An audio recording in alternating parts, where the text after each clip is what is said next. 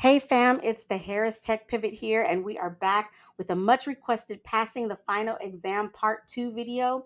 Our first final exam has been getting a lot of views and traction, and folks were just asking for more study guides for the CourseCareers Tech Sales final exam. So let's just go ahead and get into it.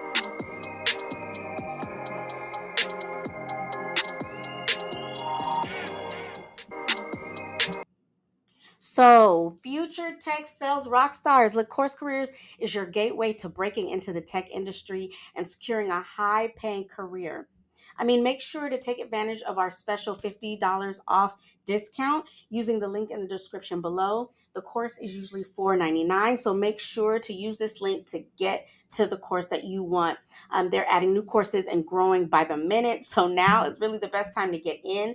I can't imagine it will be like this price forever, but never know. But they offer tech sales, marketing, UX, UI, human resources, IT, customer success, software development, data analytics. Each course has a free intro course to see what it's all about before you choose where you want to invest your time and your money into. So we chose the tech sales because it's the easiest way to break into tech with a huge base salary and on target earnings. So just as a reminder, the last final exam video, it was, I said that it was a proctored exam. So you want to have all distractions off. You want to use the bathroom and get your snacks beforehand because you are going to need to stay in place for the entire exam that you'll be recording. It will be recording you. It will be recording the screen, just to keep you honest. So make sure that you have a great signal at home. And if not, just go to the library or a coffee shop or wherever you need to set up the best test taking space. There's multiple choice. It does include grammar questions, so make sure to download Grammarly to your computer so you can be in the habit of getting corrected on your typing. Points are taken off if you have incorrect grammar. And then it has a written section, and it also has a verbal section that you'll be recording.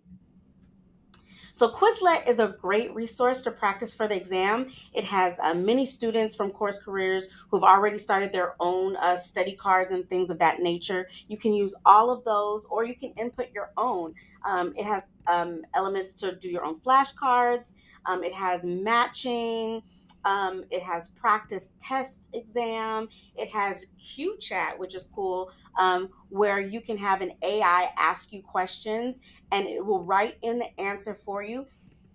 And it will also tell you if your answer is on the right track or on the wrong track, along with adding additions to your answer. So here's an example here where it's asking me a question and I'm just typing in something for you guys to see.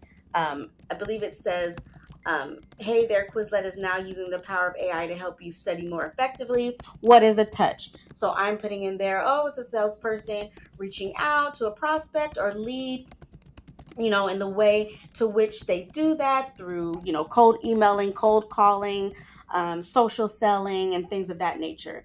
And then you just input your answer and hit the enter button. And then it generates whether that was right or wrong. This one says your answer is particularly correct. And then it gives you, but it also is this, this, and this. So it's a great way to study for your exam. And this definitely helped me with studying and passing the final exam. So we talked about some key terms in the last final exam video. So feel free to take a look at that video as well as adding this one onto your study guide. But a CRM, right? Big one, big one. A centralized database that manages and maintains your relationship and interactions with customers or potential customers. So it helps with the contact management, the sales management, and the productivity and more. And CRM tools can now be used to manage customer relationships across the entire customer lifecycle, spanning marketing, sales, digital commerce, and customer interactions. So some examples of CRMs is Salesforce, which is the most known, and also HubSpot, which both are talked about in the course. Sales engagement platform, aka sales acceleration. So know that aka as well, because you might be asked, what is it like? And you just kind of want to put everything in your answer so that you cover whatever they could be grading on. But it tracks the interactions and exchanges that occur between you and your prospect or customers. So the touch points get your foot in the door, keep the conversation flowing, and ultimately lead to a sale. And sales engagement platforms are how you can communicate, at what frequency, and the substances of your interaction. So it integrates with your CRM, which is a really cool feature. And some of the benefits are you can manage your cadence to create more efficiency. So we know about effectiveness, efficiency equals what? For those of you who know. Um, but managing your cadence is what you're going to be doing on a day-to-day basis, which is automating your emails, setting up more complex tasks, measuring your sales engagement outreach in more detail. And the features besides the cadence are the automation, the phone dialer, right? The email templates, the tracking. And some of those examples are SalesLoft. HubSpot also has a CRM and sales engagement in the platform, as well as something like an outreach, which were also discussed on the course career module. And then lastly, we have your sales data software, or AKA sales intelligence. So know the difference that sales engagement is acceleration and sales data is intelligence. So I've been using this heavy in my job application process. You should have already added Apollo IO to your computer and linked it to your LinkedIn already. I know there's a video on that on my page, as well as one of the modules before you get to the final exam in Course Careers. So go back up to sales data software, and they should be able to take you through downloading Apollo extension onto your computer. Um, and if not, I have a video, so you can just go to our page and look at that. But anyway, it collects and makes sense of company info from millions of data sources to help you understand things like org structure. It provides information on two parts of the sales data market, from company data and contact data, as well as includes phone numbers and emails. Sales data is about the contextual information surrounding these contacts. So such as your purchase history, your current contracts, your business objectives, your digital footprints. It gives sales intelligence and gives salespeople valuable data that they need to figure out which companies and contacts they should sell to. So it's a really great tool. Like I said, I've been using it in my job hunting with my ICPs and finding my buyer personas, aka the account managers or the account executives or the SDRs or the VPs of sales that I'm reaching out to once I've done the application. It has a speed of gathering info. It has direct dials, personal numbers, and it's pretty accurate. Buying signals, upcoming contract expirations, new infrastructure initiatives. It gives you a way to personalize your outreach. And some of the features or company and contact filtering, email and direct dials, CRM integration. So you can just, repeat this part so that you can jot down the notes. But examples of that are LinkedIn Sales Navigator, which I've also been using, along with Apollo IO. And I believe Trent talks about Zoom Info in the course. Okay, next, these two are going to be discussed and are very important. You might want to spend a little more time on these two sales methodologies. We're going to be talking about SPIN and BANT now. So SPIN is a sales methodology developed by Neil Rackham, where the reps organize sales calls using a question framework that touches on four categories. So the S, it stands for situation, the P stands for problem, the I stands for implication, and the N stands for need payoff. So the situation questions focus on, gathering facts and background. So you're going to want to know what each part of the SPIN means in the final exam. So you don't want to just know what the acronym SPIN sound is for, but you also want to know what each section of SPIN is used for. So situation focuses on gathering the facts and background. The problem questions explore customers' problems, difficulties, dissatisfaction in areas where the seller's product can help. The implication questions take the customer's problem and explore its effects or consequences. So I believe this is the part where Trent was talking about turning implicit to explicit needs. They also help customers understand a problem's seriousness or the urgency. So now you're creating urgency within their void that your product can fill. Then the need payoff questions help the customer focus their attention on the solutions rather than the problem. So they get the customer to tell you the benefits of fixing their problem. So it's almost like a good teacher. You're getting the students to teach, as opposed to talking down at them or selling at them. So spin is used to figure out their needs and build up value around your product or service.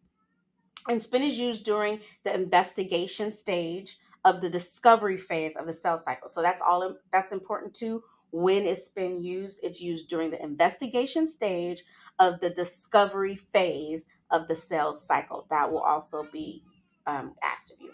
Okay, the next really important one that we'll probably be using most as an SDR, BANT, is a sales qualification methodology that lets salespeople determine whether a prospect is a good fit based on their budget, their authority, their need, and the use spin. So in the timeline. So as an SDR, we would use this methodology to help set meetings with prospects that can turn into SQLs or sales qualified leads to your account executive. So need is the most important part of BANT. So the framework of BANT is not in the order of how you spell BANT, right? So BANT, B is for budget, A is for authority, N is for need, and T is for timing. But the need portion is the most important part of BANT. So always start with need, because if the customer doesn't have the need for your product, all of the other questions become irrelevant. So the correct qualification order is need, authority, timing, and budget. Two very important methodologies. Okay, so the organization structure, I kind of forgot about this, so I had to go back and relook at it. But it's a system that outlines how certain activities are directed in order to achieve the goals of an organization. So these activities can include rules, roles, responsibilities, titles to employees based on the hierarchy, define employee jobs and responsibilities, define employees' decision-making ability. And if you go from the top to bottom, you have your board of directors. Under that, you have your CEO and your C-suite execs. Then you have your vice president, your directors, your managers, and then at the bottom, your individual contributors. But in sales, after a director, it's kind of like an account manager, then account executive, and then you're right under them with your SDR, BDR, or individual contributors. But all in all, you have taken 98% of a full load of coursework. So you know more than you think you do. So as you study for understanding, because we will be using these tools on the job. So it's not like high school or college where sometimes we just, study to take the test and we move on to the next. Start practicing good self-care now.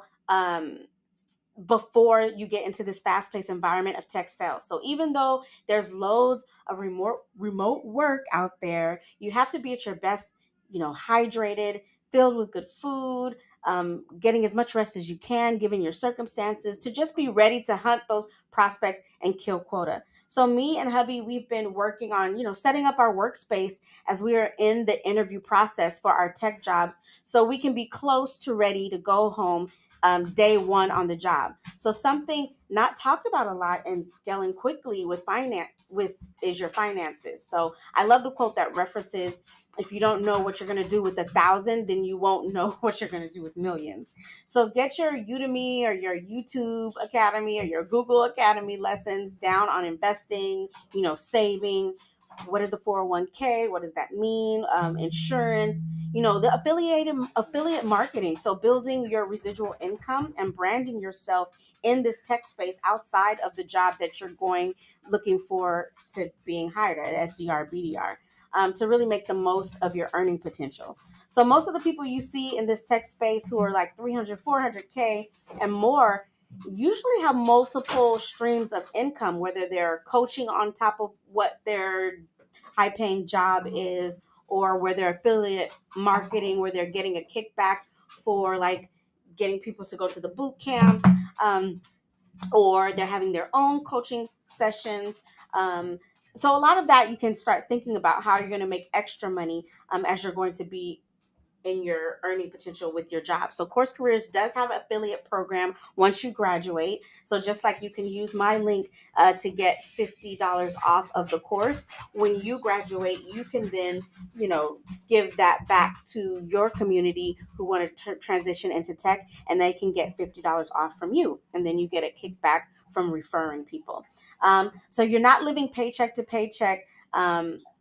But just with a bigger, more lavish environment. So even though you're scaling up, that means your living might be scaling up and everything might be scaling up, and you really want enough money to cover all of that.